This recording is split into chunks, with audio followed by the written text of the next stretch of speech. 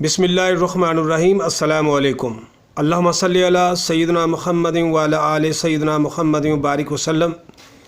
अज़ीज़ान मोहतरम, अल्लाह ताला ने कुरान करीम में सूरतुल बकरा आयत नंबर 186 फरमाया, ए नबी सल्लल्लाहु अलैहि वसल्लम, मेरे बंदे अगर तुमसे मेरे मुतल्लक़ पूछें तो उन्हें बता दो कि मैं उनसे करीब हूँ। पुकारने वाला जब मुझे पुकारता है तो मैं उसकी पुकार सुनता हूँ और जवाब देता हूँ। अज़ीज़ान मोहतरम, इंसान पर उसके खालिक का ये अजीम एहसान है कि उसने अपने और बंदे के दरमियान फ़ासला नहीं रखा और दुआ जैसा अजीम ताल्लुक़ पैदा कर दिया है। ये ताल्लुक़ हर किस्म की दीनी और दुनियावी नेमतों के हसूल का ज़रिया भी है और सुकून क़ल्ब का बायस भी। जो शख्स अल्लाह ताला से सवाल नहीं करता तो अल्लाह ताला उस पर गज़बनाक होता है। दुआ के मुतल्लिक़ चंद आदाब भी पेश नज़र रखने चाहिए। दुआ करने से पहले नबी सल्लल्लाहु अलैहि वसल्लम पर दरूद भेजा जाए और दुआ के आखिर में आमीन कही जाए। और हजूर नबी करीम सल्लल्लाहु अलैहि वसल्लम ने फरमाया है कि जो शख्स आमीन कहता है तो अल्लाह ताला उसकी दुआ कबूल करता है। फिर दुआ की कबूलियत के औकात का ख्याल रखना भी ज़रूरी है।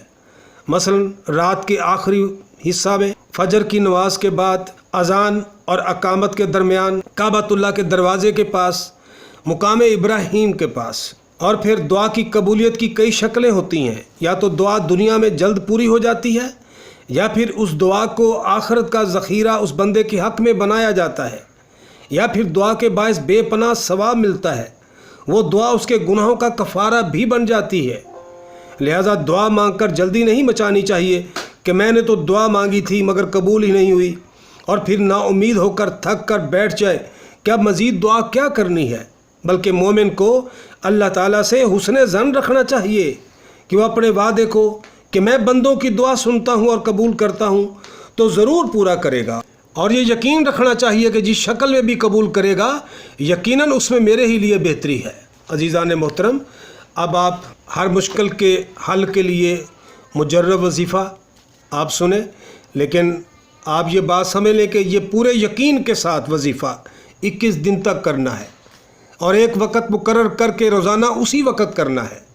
यानी पहले दिन जिस वक़्त किया है अगले 20 दिन भी उसी वक्त करना है और कोई नागा ना हो।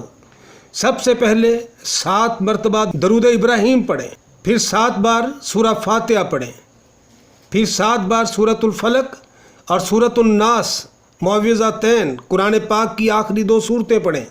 फिर 7 बार ये पढ़ें, ला इलाहा इल्ला अंता सुबहानका इन्नी कुन्तु मिनज़ ज़ालिमीन। आखिर में फिर 7 मरतबा दरूद इब्राहीम पढ़ें और फिर अल्लाह ताला से अपना मुद्दा बयान करें, दुआ मांगें, इंशाअल्लाह काम हो जाएगा। हर मुश्किल को आसान करने के लिए मुजर्रब वजीफ़ा है।